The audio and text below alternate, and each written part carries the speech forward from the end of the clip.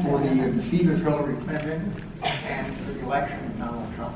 And they're referring, of course, to the revelations about the ongoing email investigation and the announcements that you made right before the election. Yep. So a totally fair question.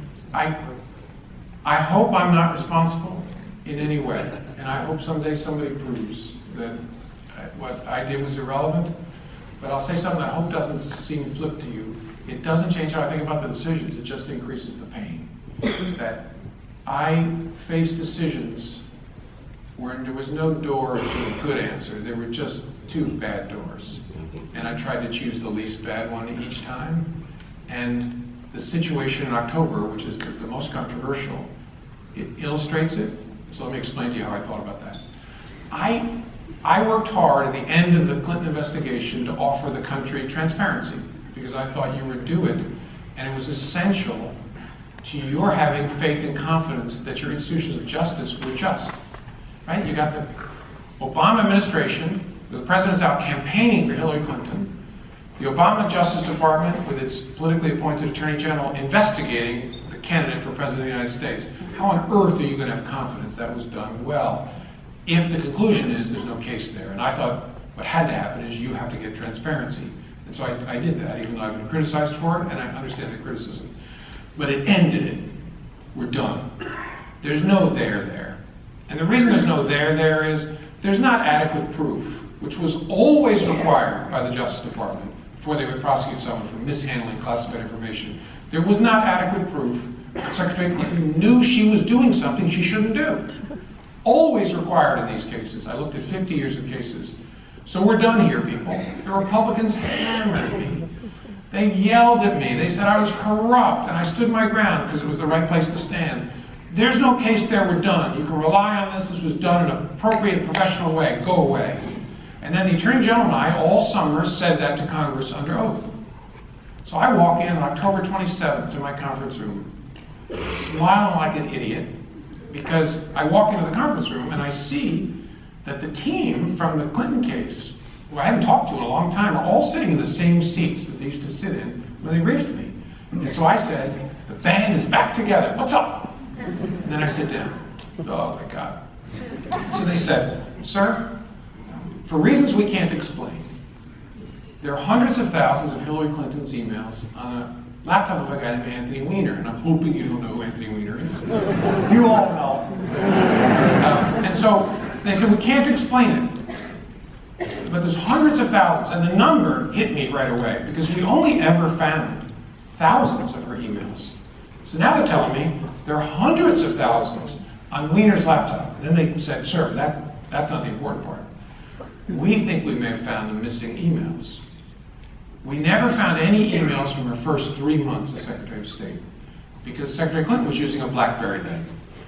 And before she switched to her personal server, the one that was in her basement, we never found any of these from the first 3 months.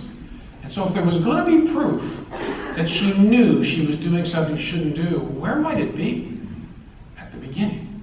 When maybe, I'm making this up, but maybe she sent an email talking about a classified thing, and somebody emailed back saying, Walsh, you can't talk about that kind of thing here. And she said something in response. But they said, sir, we can see tens of thousands of the BlackBerry emails on Anthony Weiner's laptop. The result of this case may change. And I said, okay, how fast can you go through these? They said it'll take many, many weeks because we have to read them each. We can't bring in a team of recruits like we're looking for a crime weapon or something in the hayfield, because we need context to understand whether these are classified communications or not. And so there's a small group of us, we have to read every single one, and we can't dedupe them electronically because they sit on our classified network. Okay, I said, well, you got to get a search warrant. They said the Department of Justice, which often gets lost, the Department of Justice thought we ought to get a search warrant. So then I got a choice to make. I believe, even as I sit here, in the following norm. It's not a rule, but don't have to be a rule because it's so obvious. You should take no action as an investigator in the run-up to an election that could have an impact on the election, if you can avoid it. You don't stop doing your job, but you put off those things that might have an impact on the election if you can. It makes total sense to me. I couldn't find a door that said no action. I can only see two doors, and in my reasoning, they were both actions.